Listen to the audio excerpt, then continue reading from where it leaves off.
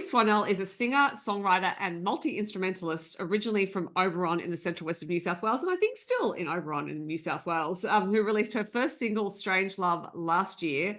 She's just released her second single, Unchained, and I'm going to talk to her about that and possibly also about all the instruments and other things. Hi, Chloe. Hi, Sophie. Thank you so much for having me on. It's great to talk to you because you have a very catchy single, and both singles actually. But I will start straight with the new single, Unchained. What is it about? Oh, like any good breakup song, it's about a breakup. Right. Yeah, I had a break up with a boyfriend, and I think a lot of things can fuel songwriting, but I think that is one of the best things. So, being able to, be free of being held back, and the song's really about surrounding yourself with people who support you and love you, to help you get through those times. So was it written in the immediate aftermath, or did you wait a while for things to settle down? Uh, well, actually, what happened was my producer rang me and he's had come up with the demo, the backing track to the song, and he said he really loved it and he wanted me to have a listen. So I had a listen to it, and he said, "Have you come up with anything? Have you written anything lately?" And I said, "Well, as a matter of fact, I have." And we sat down, we workshopped the song together, and we actually co-wrote and recorded it in the same day. Oh, okay. So that obviously you just felt the creative flow happening at that point. It just kept coming out. And who is that producer? Tarquin Halls-Corbett is my producer. He's just an absolute powerhouse. I don't know how he does what he does. He's incredible to work with. How did you start working with him? Funnily enough, some years ago now, we had a lead guitarist playing for us in a band, and 2 hours before we were meant to go play a show on New Year's Eve, she cancelled on us. Right. They rang a friend of mine and said, "Oh my gosh, what are we going to do?" And he said, "Here, call this guy, see if he might be free." And he came down and did the show with us, and he's been playing with us ever since. And last year we started recording together. So, yeah. That is a real baptism by fire, a New Year's Eve gig with under 2 hours notice. So obviously he's really good at reading tabs or whatever it is that got him into the gig. He's insanely talented, and it's kind of annoying. So I didn't know he played as many instruments as he does. And he's been playing lead in our band for so long now. We got into the studio, we were laying down the track, and he picked up the bass guitar, and he completely laid down the entire bass to this song. And I went, "Do you play the bass?" And he's gone, "I'm actually a bassist." I was like, "Oh my God, stop it." So I'd played with him for like 3 years and had no idea. Right. So had he already been producing at the time he joined your band? Yeah, he'd been producing for himself. He has a duo as well, and he's recorded his own album that I think he's planning to release soon.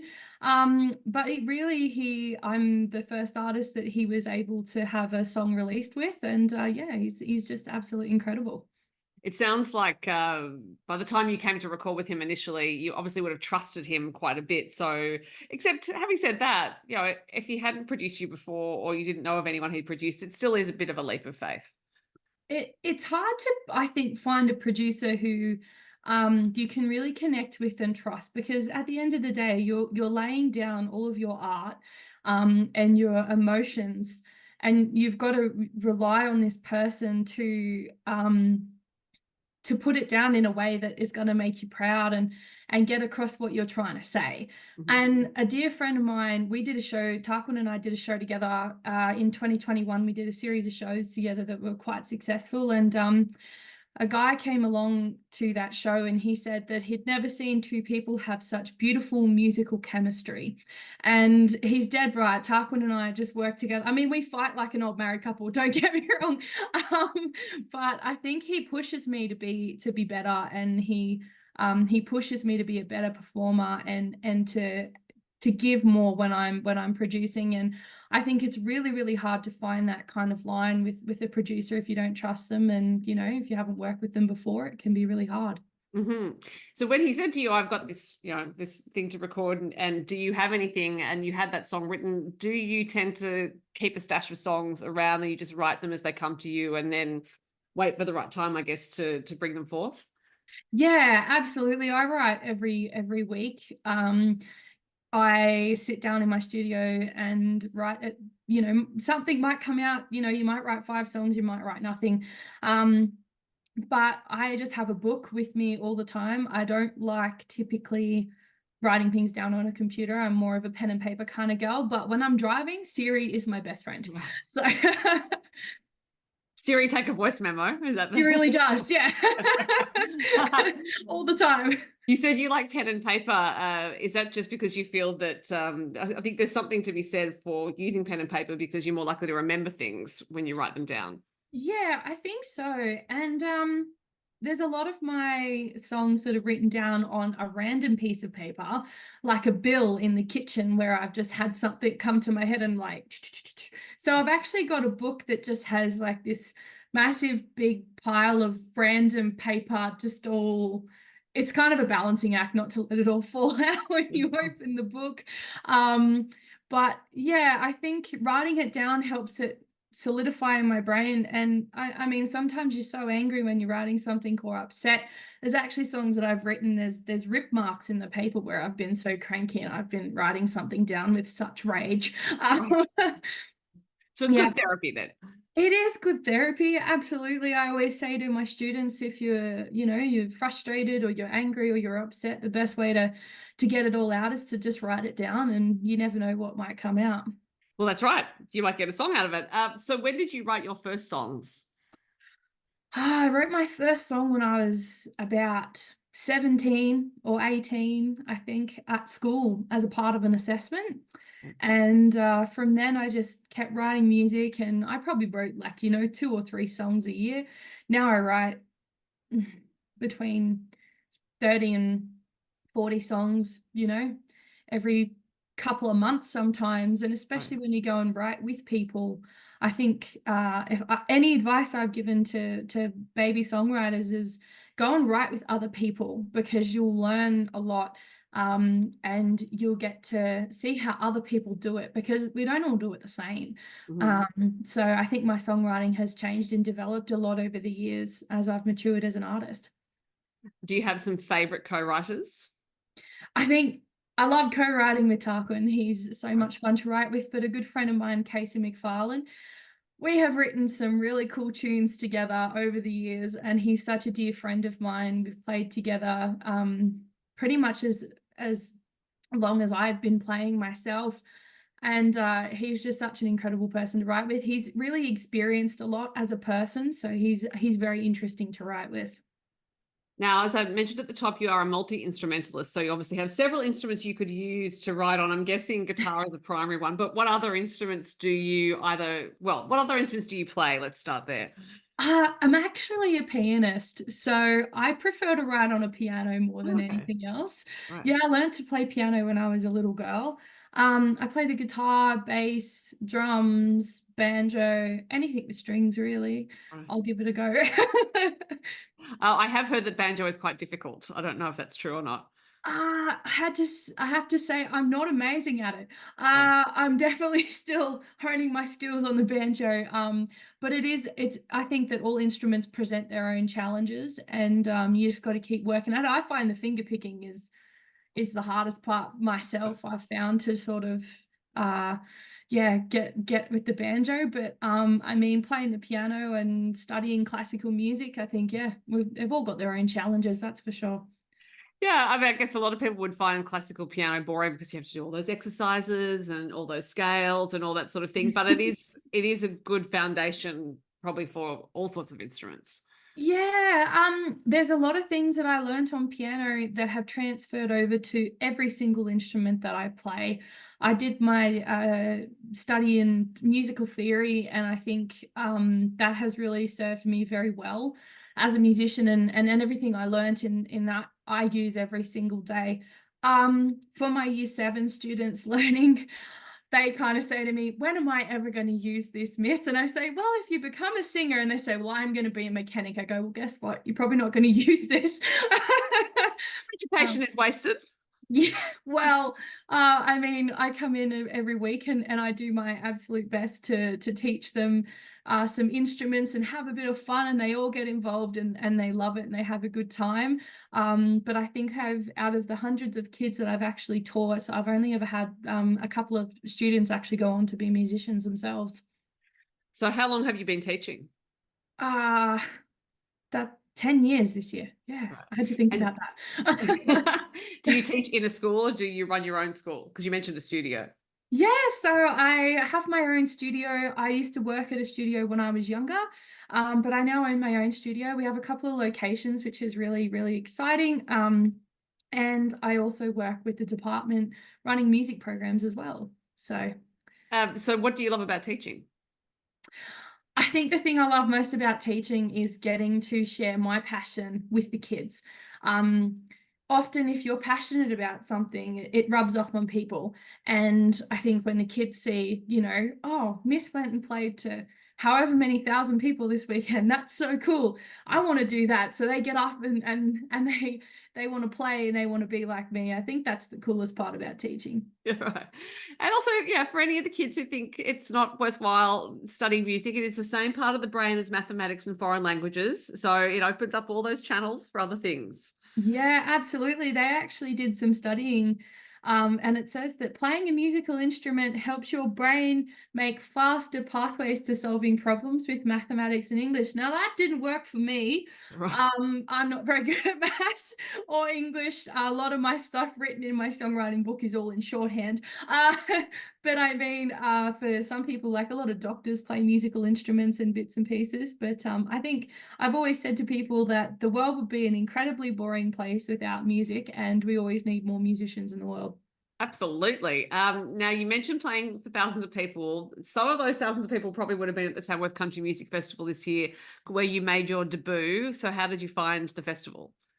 It was absolutely incredible. A little bit overwhelming with the heat. I think living in Oberon, I'm very much built for -10 degrees, not 45 plus degrees. But I really loved it. It was just so incredible to see all of the artists just roaming around, enjoying the festival and having an absolute blast catching up with each other. And I was so fortunate to be able to play on some huge stages with Lynn Botel. I got to sit out the back and chat with her. Ashley Dallas showed me to the media center. It was just, I was like, oh my God, is this real? So it was just such an awesome experience. And you now, going back to your previous releases, you released Strange Love as your first single last year, which I imagine you played at the Tamworth Country Music Festival as well. Why did you choose that song to be the very first single? We were actually set to release a different song. And we got into the studio, and our aim that day was to pick the single and finish it. That was the aim. And I rang my producer and I said, hey, I'm on my way. I'll be there in 20 minutes. And I actually think I woke him up to this day. He won't admit it, but I think that I woke him up. I said, oh, get us a coffee. I'll be there soon. And by the time I had gotten the coffee and got to the studio in 25 minutes, he had written the bones of Strange Love. Okay.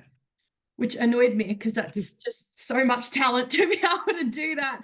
And he wrote the song and he said, look, I know we're all sort of set to release this other tune, but how about we just have a look at this one and we'll just cross that bridge when we've got to make the decision. And we recorded that song, showed a couple of our friends, showed our parents and bits and pieces, and got some ears listening, and they went, that's the song, that's the one you need to release. And so we went with that.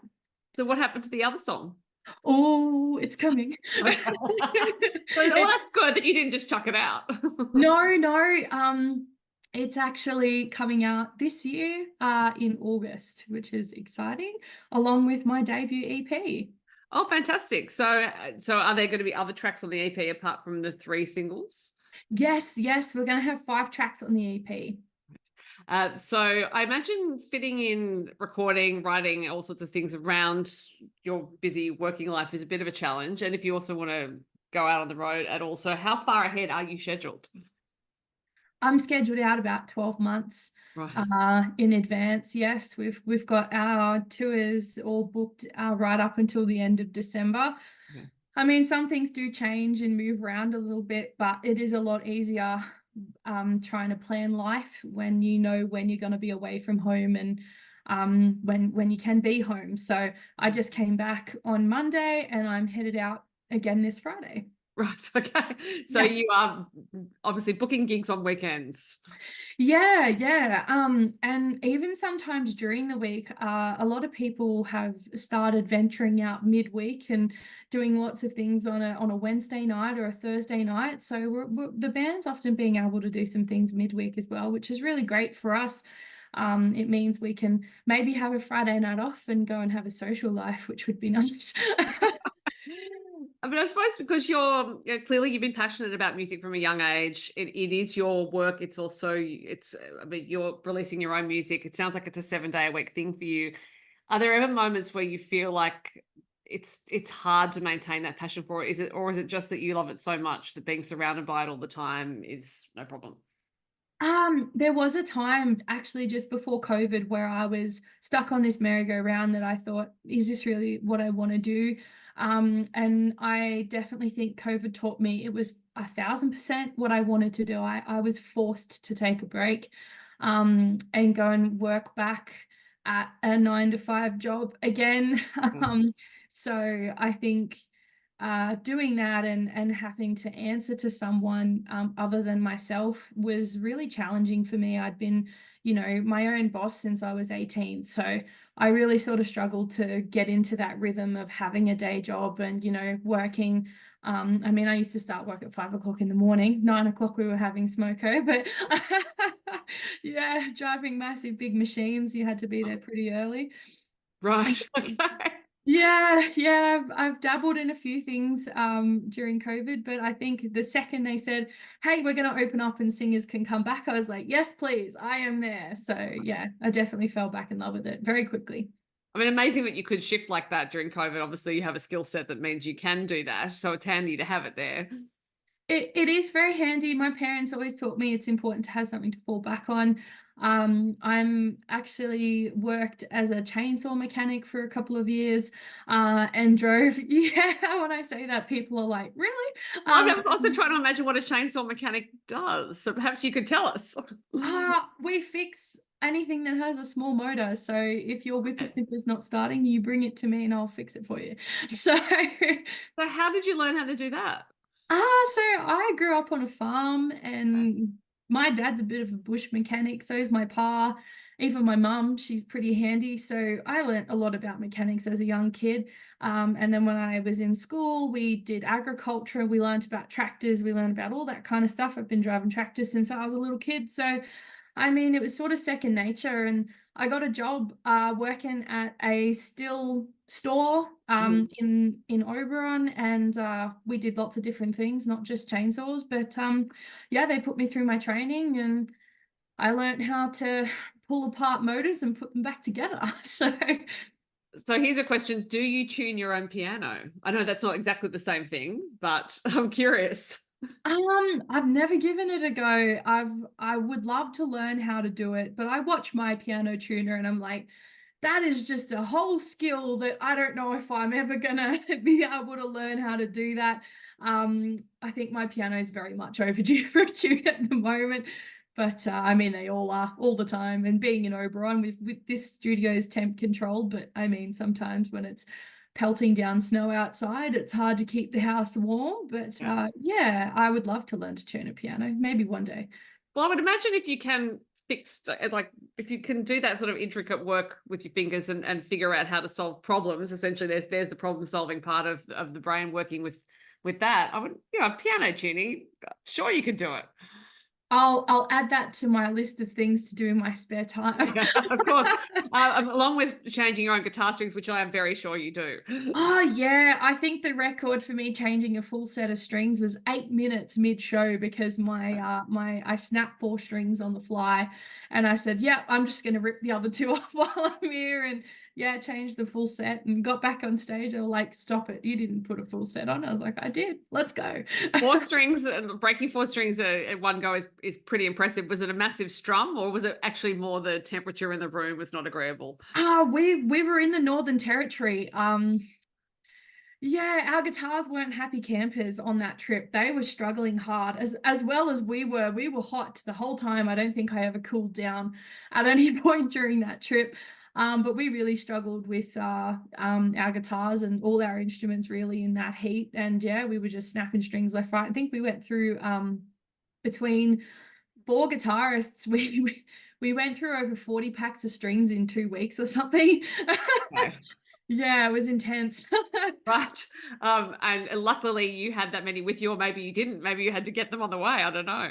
Ah, we were lucky enough there was a studio over in the Northern Territory that we were able to get some strings from when we finally did run out. So yeah, we were lucky.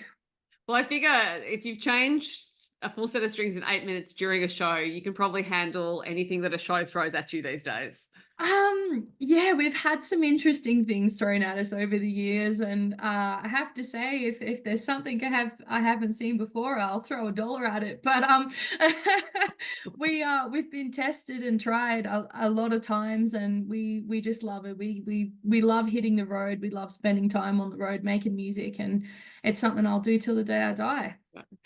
Because you are a pianist originally, do you take keyboards on the road or do you play guitar in the band?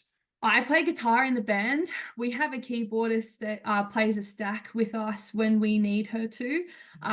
It's not often that we take a full 5 piece with us. It can be quite challenging traveling with that many people, trying to get everyone accommodation and, liaising that with venues. That can be really challenging.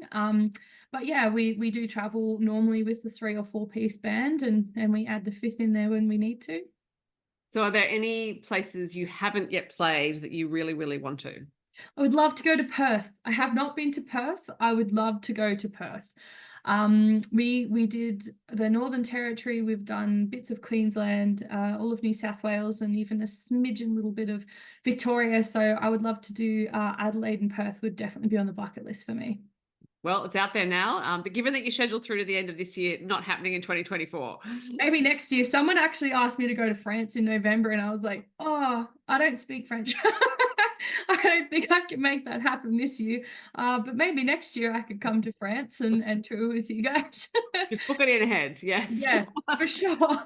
Well, it sounds like you have some great things on the horizon, lots of gigs and songs to come. And in the meantime, we can have Unchained and Strange Love to listen to. Chloe Swannell, it's been great to talk to you. Thank you so much for having me, Sophie. It's been so lovely chatting.